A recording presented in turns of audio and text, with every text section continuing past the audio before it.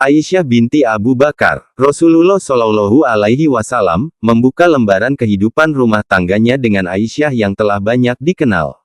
Aisyah laksana lautan luas dalam kedalaman ilmu dan takwa. Di kalangan wanita, dialah sosok yang banyak menghafal hadis-hadis Nabi, dan di antara istri-istri Nabi dimiliki istri Nabi yang lain.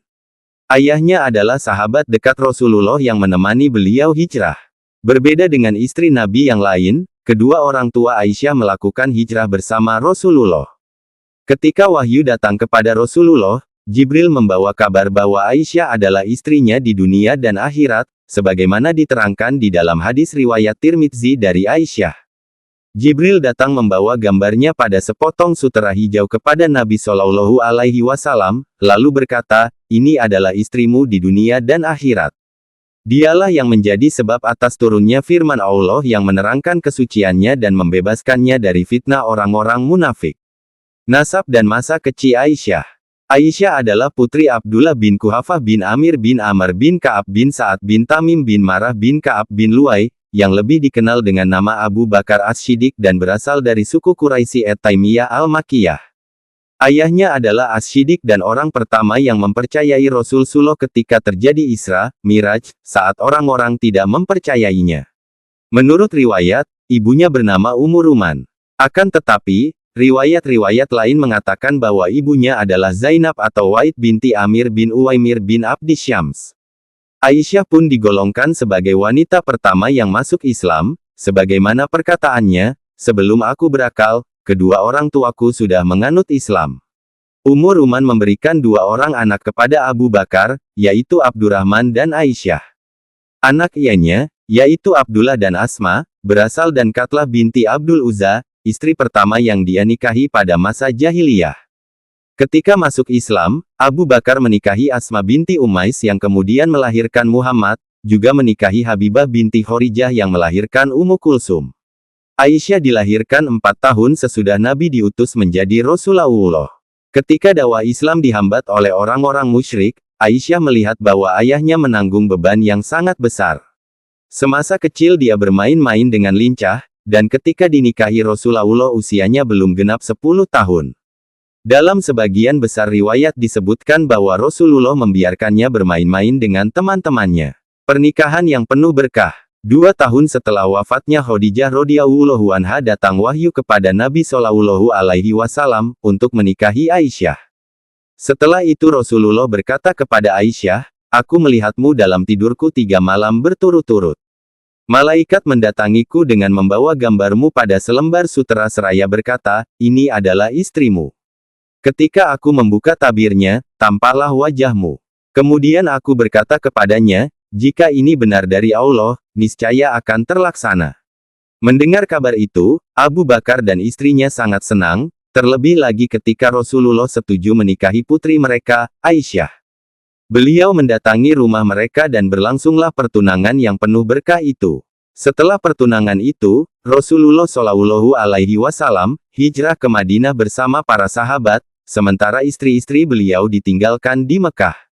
Setelah beliau menetap di Madinah, beliau mengutus orang untuk menjemput mereka, termasuk di dalamnya Aisyah.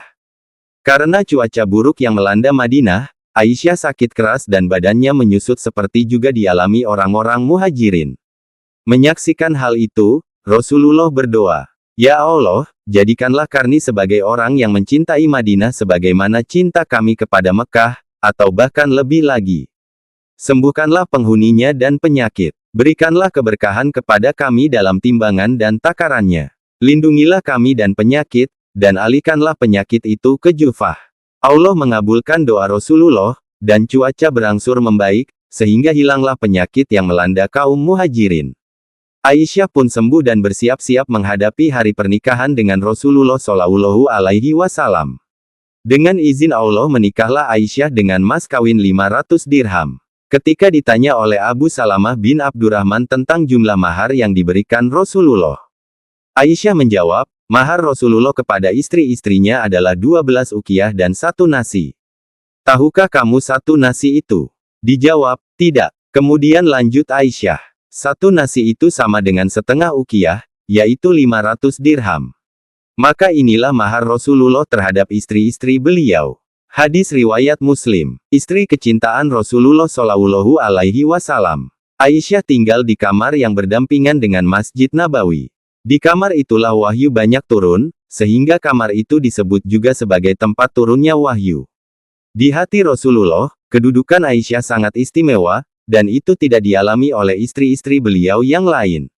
Di dalam hadits yang diriwayatkan oleh Anas bin Malik dikatakan, cinta pertama yang terjadi di dalam Islam adalah cintanya Rasulullah kepada Aisyah. Di dalam riwayat Tirmidzi dikisahkan, bahwa ada seseorang yang menghina Aisyah di hadapan Ammar bin Yasir sehingga Ammar berseru kepadanya, "Sungguh celaka kamu. Kamu telah menyakiti istri kecintaan Rasulullah."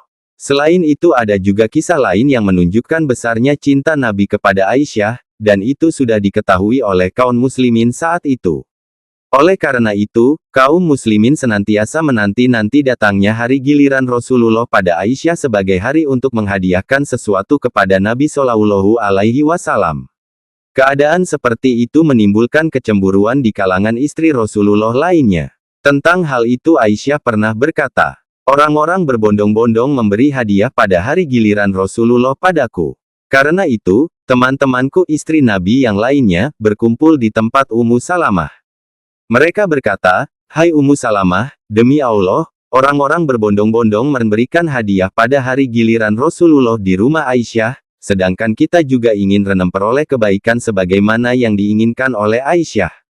Melihat reaksi seperti itu, Rasulullah meminta kaum muslimin untuk memberikan hadiah kepada